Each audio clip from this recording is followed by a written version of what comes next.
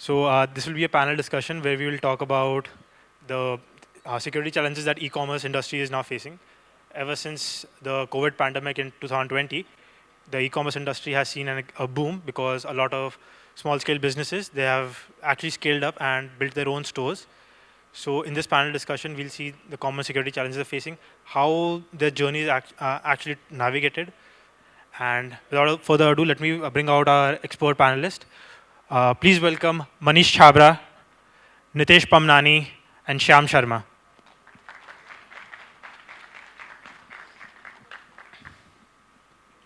Right. Thank you all for being here. Like we all know that budding entrepreneurs and these SMBs, these small-scale businesses, they are all now shifting towards e-commerce. They're building their own sites, but they have a plethora of options, first of all, to select from a different number of CMS platforms. They have options for WooCommerce, they have Shopify, Drupal. What is your take on them, and how can they be, first of all, secured? See, so whenever any SMB business want to go online, so they obviously get many options for e-commerce platforms. So the one thing which they should consider before selecting an e-commerce platform is whether they have a technical team in-house or not, because it makes a big difference if you have a technical team or not. Let's say if any merchant have a technical team in-house, so they can go for more open source platforms like WordPress or platforms which allow continuous integration, continuous development. But let's say somebody doesn't have a tech team in-house. So they should rely more on cloud platforms, maybe SaaS, like Shopify is a SaaS, BigCommerce is a SaaS. So because these kind of platforms provide many functionalities out of the box, and you don't need to host something, you don't need to take care of security, you just need to come and upload products and move forward.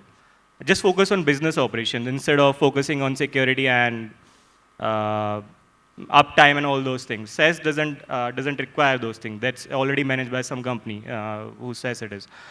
So that's my take, that you should consider first whether it's whether you have a tech team or not, how big of your project is, and then you have multiple options to choose from, like WordPress, BigCommerce, Shopify, Magento, and based on that you can choose.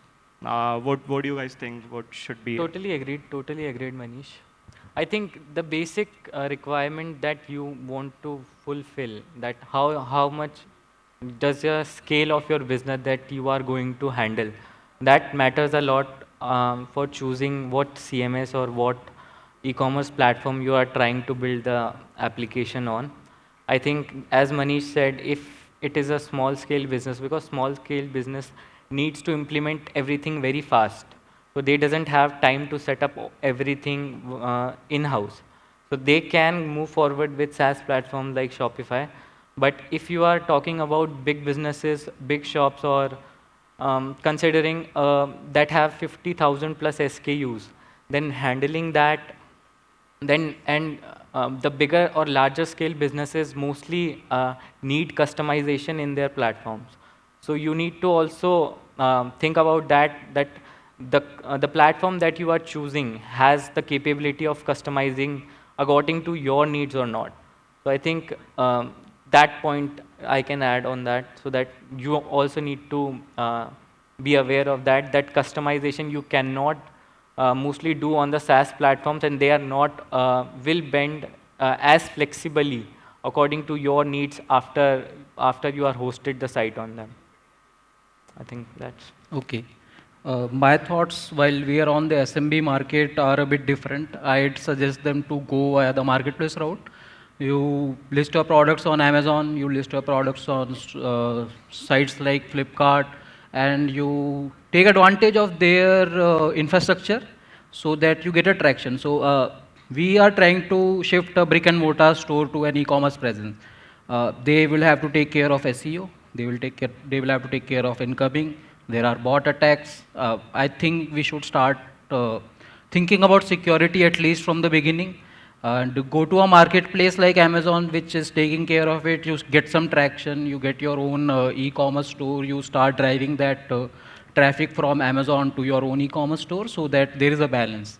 I would not suggest anyone to still remain on a marketplace whenever your business grows to, let's say, a medium enterprise level, $10 million in ARR, you should start thinking about having your own platform, maybe any cloud-based e-commerce platform. And while we're on the topic of SMBs, I don't think someone looking to shift their brick and mortar store to cloud would essentially have a tech team to manage all of those things. So that would be my recommendation. Yeah. There's one contradictory thing which I got from a discussion. So that's fine that if somebody is a small business, they can obviously go to Amazon and list their products and move forward. But the thing is, let's say even if you go to the Amazon, you will buy a product which has few ratings. You never buy a product which has one rating, or let's say very less rating, even though it's cheap, right? So let's say if I'm a very new to the market, so obviously I just set a physical store and now I'm listing my products to Amazon. I will not have a rating. And if my products are similar to what other people are selling, let's say I'm selling also a shirt or t-shirt, then I might get a very less attraction, because if I go with a cloud platform, let's say Shopify or any other platform, in that case I can run Instagram ads, or I can do events, maybe मेरी दुकान के बाहर poster लगा दूंगा या कहीं पे लगा दूंगा, but वो सब Amazon से achieve करना is very difficult, I think. If I have never received a lead because मैं बहुत new हूँ market में. And I think listing is also not very easy for small vendors, because and the competition that we are seeing increasing in basic items like shirt that you send, then your order will be placed at 10 to 11th page of your at the marketplace. So it's very hard for small businesses to compete on marketplaces like Amazon and Flipkart also. So the market for small SMBs, there's a tough market for them to get into and actually have a standing over there. But just to add on to your previous point, like it's different for B2B, right? So what are the key things in mind that a B2B business should keep in mind while they're building their store? So like B2B, as Shyam also mentioned, that once you reach across the medium business barrier, then your customization then will change. So yeah, what are your insights on that? Yeah, so B2B business is little different from B2C, because if you are talking about B2B commerce, then the purchaser or the man who will purchase from your site will not be authorized to purchase, because it has a company hierarchy. The company is purchasing on that behalf. So it has company hierarchy, and you have sales representative there, you have sales acquiring things there, and many architecture that would be involved to your businesses from e-commerce. And some platforms like Magento that does support that company hierarchies, so that you can set up the company hierarchy there, and according to the approval procedures, the limits were set that this needs to be, the employee can add the details or add something in the cart, but to approve this project or approve this order, the approval will be from the sales representative of the guy. So these type of complexity B2B businesses has. And also some businesses, what I see is they prefer shared catalogs or different catalogs for different businesses they are partnering to, because they are not applying the same pricing rule or pricing or catalogs for different businesses. So that also differs. So you need to keep in mind, if you are starting a B2B environment or B2B business, then these things you need to keep this in mind earlier. And there are platforms that support that. But I believe I work in Magento, so I know a little more about Magento. Yeah. My thoughts here would be when you go to a B2B commerce kind of thing, we have to understand that the inherent business model is a bit different. You would probably want your distributors or your suppliers, which deal with the end consumers, to be able to purchase or maybe put an order about your products on your e-commerce platform. It should probably not, it's not probably open for everyone to access, so you need to have some kind of an access control. You need to, I think it's a good idea to start implementing something called customer identity and access management if you are looking to build a B2B commerce store, because there are a lot of things, like you might have different roles. Your organization will have people catering to those orders. There you have to have a net payment terms in B2B commerce. You cannot possibly think that I'll take every payment just at the time of ordering, because you have to deliver it, you have to maintain a supply chain for your distributors, and you have to give them a bit leeway so that they can clear the stock and then make the payments. And this raises the concern of security, because uh, your own employees are accessing it. There are different levels of rules required for access. Your distributors and your vendors who are purchasing, they might have a team, and they might ask you to have different rules within their team. Someone might be an admin, someone might be just a salesperson from the distributors team. So those are the things that I'd suggest someone to think about them. And a lot of platforms, a lot of options today to start implementing CIM at a basic cost. It's not expensive. And since you're just starting out, you won't have that much of a usage while you take care of your security. Since you have a B2B store kind of thing, you would probably have different apps, maybe an help desk, maybe something like that. So that's pretty much my thought. Yeah. I think these guys covered most of the things. What I find missing is the procurement process should be very smooth, because they'll be dealing with POs or maybe money orders or whatever comes in this PO part. So that process should be very smooth, and there should be feasibility to like upload POs, maybe negotiate. Negotiation is a very essential thing in B2B, because people are placing orders in bulk, so obviously they'll be looking to negotiate, right? So there's that one thing. And if you see, in case of B2B, since they are dealing with large set of customers, maybe the large revenue number we can say, so they must be having any CRMs in which they'll be keeping the data and maybe managing most of their business directly from CRM.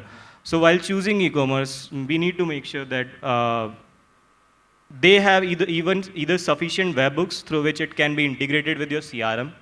Otherwise, if look for any application which is available out of the box which can be connected to the CRM.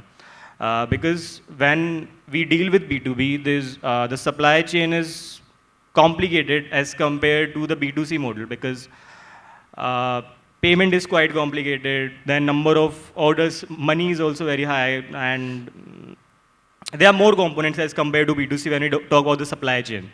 So we should check that the platform is capable enough to properly manage orders. Like there should be a proper, you can say, proper workflow should be there, because in B2B obviously you'll be dealing with a large quantity. So let's say if any order is getting out of stock just because of any of your inventory issue, then obviously you cannot cancel the complete B2B order. So your inventory mechanism or inventory management part should be very strong in case of whatever e-commerce you choose, because there are varieties of e-commerce available in the market. If you'll go, you will find that each e-commerce have a component which is there, you can say, which is very strong.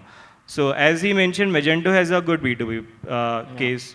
Shopify is used widely for the B2C part. Similarly, BigCommerce is also used for majorly for the B2C. Majorly for the enterprises, yeah. Yes, and WordPress is majorly used by the people who are looking for the, who are looking basically to extend it further, or maybe Want more control over it. yeah, more control over it, or And the looking setup, for I think cheap solutions. setup is also a thing, because I think WordPress very much, the community is familiar with WordPress, and WooCommerce implementation make is very easy to implement and start the stores.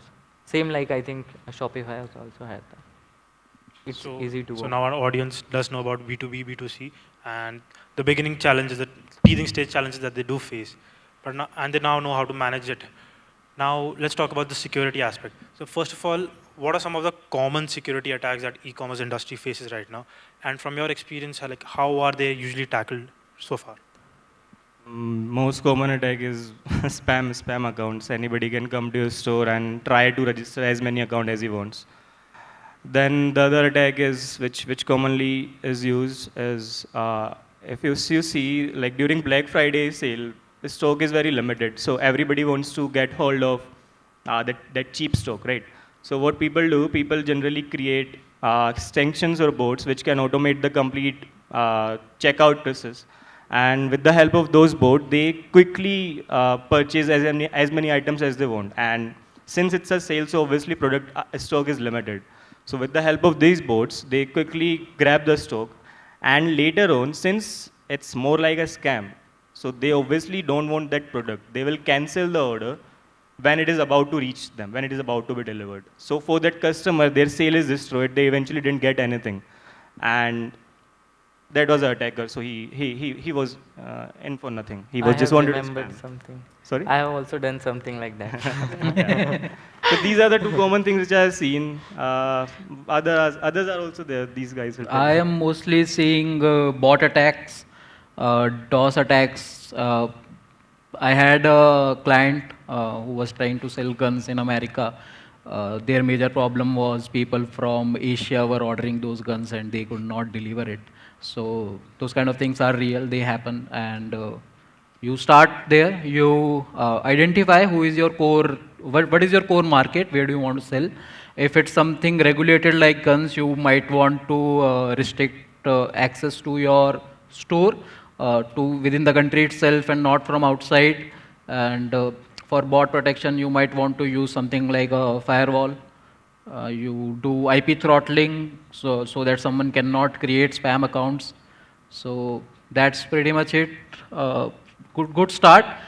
I think if you start thinking about moving your customers to passwordless solutions, that would be a step in the right direction concerning security, because I'm a big proponent of the fact that you cannot lose your passwords if you don't know them. And step towards moving to passwordless enhances that, makes it easier for everyone to access your store. I mean, I don't have to remember password, that would be very good. And I think that's it from the security perspective. If you are an enterprise, you might want to invest more in threat detection and response, automated, and bot detection. You might want to use CAPTCHA, those kind of things. Yeah. Totally agreed with Shyam. I think bot attacks are being common now in your e-commerce sites. So we are also working the organization that they are facing fake orders. So this is a company based in Dubai. So they are grocery store kind of thing. They sell in the Dubai.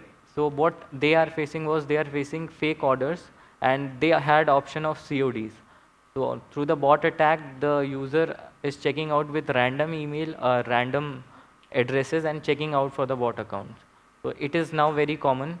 Also, one thing that we are seeing recently is something like DDoS. There is an attack called distributed inventory denial of services, which is basically like bot accounts or multiple accounts are consuming your inventory.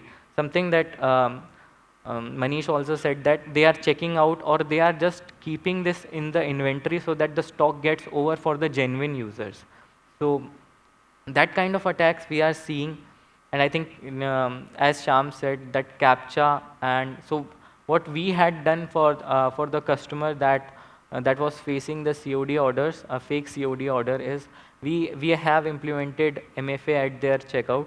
And initially, because he is facing that phases, and after that we have suggested him for then proper CIAM and adaptive authentication for the customers, so that the customer's experience will also be intact and the bot accounts will also get saved.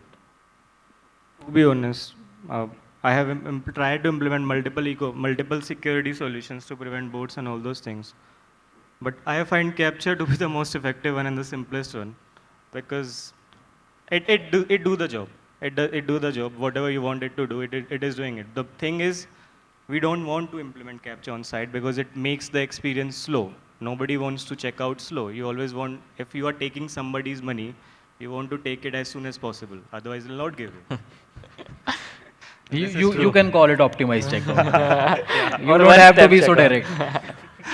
They'll buy from somebody else. It simply means that. So capture is very effective, but people don't want it. It ruins the experience. So there are other things, I think, which like what we can do is I think we can simply use AI and ML, because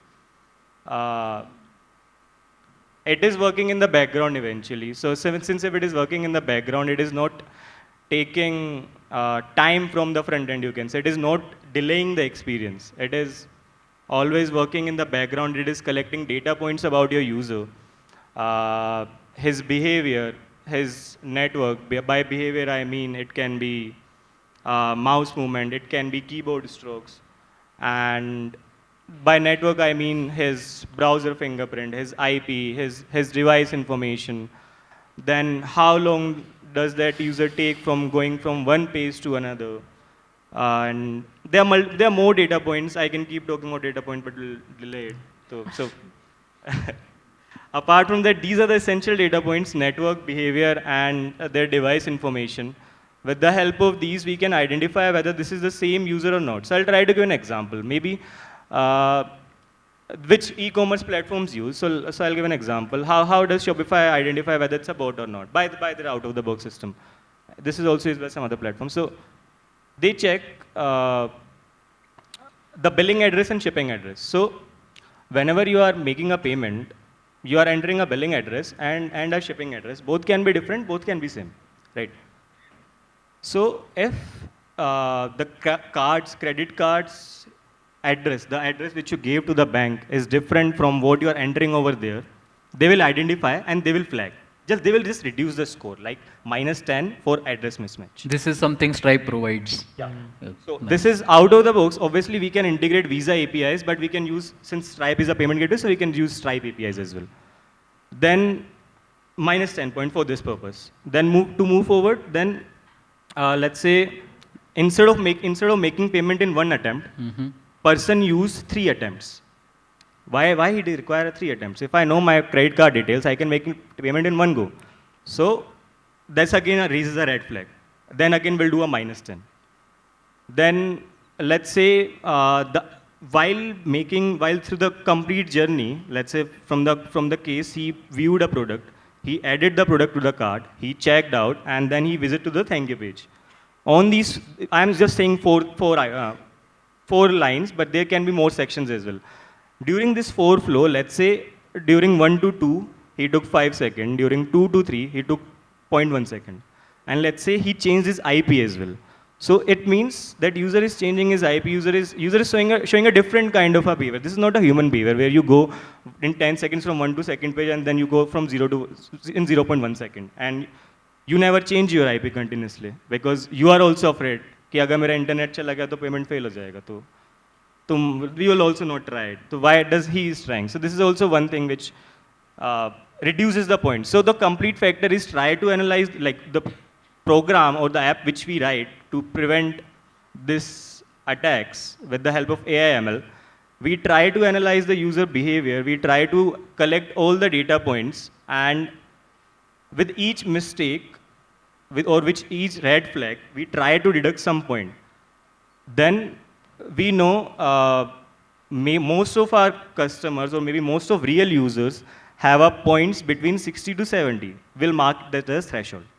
And now if point is below 60, that's a spam. If above 60, might be correct order. It's obviously AI/ML can also not always identify the threat. False positive is also. Yeah, they can be false positive. So in a nutshell, if I'm thinking about securing my e-commerce store, I'd probably want to think about bots and spam, and then I might want to think about contextual awareness during payments. I think that's what you're trying to say, right? Yeah. And I think that should be a good starting point. Yeah. And since you're in the business of making money, I suggest you get good at that and leave security to professionals. You start thinking about it, but you take help either from consultants or you hire your own team. Since it's at that level, and go from there. Yeah. So like you said that Manish also mentioned that in an optimized way you're getting payments from the customers. You're having a comfortable user experience, right? But at the same time you want to strike a balance and have a robust security measure as well. So what are some suggestions that you would recommend to businesses for this? So there can be, obviously you need to, there are 2 things. Either you can increase the security or you can increase the usability. We can make a balance, but we cannot always keep both at the 100%. If we want to increase usability, then we need to drop little bit of security. So I'm not suggesting that we should drop. We should optimize it in a better way. So let's say, instead of asking MFA on each login or maybe OTP on each login, let him make mistake. Let the user make mistake. Let him jump his IP. Let him fail the captcha. Or let him do anything suspicious. If any suspicious activity raises a red flag on your system, then prompt him for the captcha. Then prompt him for the MFA. Because in this way, you won't be losing the sales. E-commerce is always about how fast you are, right? So you cannot slow down the system. But this is the one thing that let him do anything, note his behavior, and then and then maybe raise something, captcha, OTP. But in e-commerce, I'll suggest that since speed is something which you are looking for, so passwordless login also resolve most of the things for you since OTP is coming on your device. If your device is compromised, then obviously It is a threat. there's something else you need to fix. But yeah, I think we need to keep in mind that 99% of the customers are genuine customers. Only 1% of the customer would be the attacker or that will need to will try or attempt to harm your website. But you cannot ignore the major chunk which are genuine, which are wanted to purchase any ethical product from your sites. So you cannot ignore that. You cannot hamper any disruption in the process or in the journey. So we need to make sure that if we are making any decision regarding the security, how it is impacting the genuine users, how they are, as Manish also mentioned, don't ask every customer the OTP. I think admins must have multi-factor authentication, but customers, I don't believe that you are increasing the barriers for the customers. And I think the guest checkout, many of the sites will ban the guest checkouts. That's also, I think, a red flag for e-commerce systems, because customers doesn't want to initially invest your time to first log in and then view your website or then add your to the chat. You can add the login at the checkout, so that the customer first select your product, see your product, and then if he's making a decision to checking out or to get the product, then you will ask the authentication or the payment things. So that's important. Uh, I'd like to take a step back from here and let's start thinking about this from a perspective of someone who's owning a business. So let's say I have an e-commerce store. My first priority would be to get money, and I would want as less friction for my customers or my distributors to place orders as much as possible. But then there comes security is mostly a cost center. What happens when you get breached? What happens when there is you're on the front page? What happens when you're on the front page and you lose your trust? You might have a brick and mortar store for more than 200 years, and then you might get breached and no one would buy from you. So I, as a business owner, although utilizing these solutions would be a bit costly, but not costlier than losing my entire business, losing the trust of all of my customer base. And if we are thinking in this direction, I'd say start with the CIM and start with making your customer's journey as quick as possible while making it as secure as possible. The method to gain balance here would be don't ask for something unless and until you really need it. So as he said that guest checkouts are being blocked. So there is a reason, because you don't get a customer's information, so you cannot market to them, you cannot run campaigns for them. One way to build up a trust in a someone who's visiting your website would be just ask them for for their email during login. You create their account with with their email. They don't have to give anything else. Now, I as a customer went to a website. They asked for my email to maybe let's see prices for the products. I think it's fine because they're not asking a lot. I I find something that I'd like to buy. I add it to cart, and then they start asking me for details. So to get some delivery, you need an address. You ask for an address at the time of checkout. You apply all of your PCI policies during checkout, which Manish has gone over a bit more detail than I would imagine. And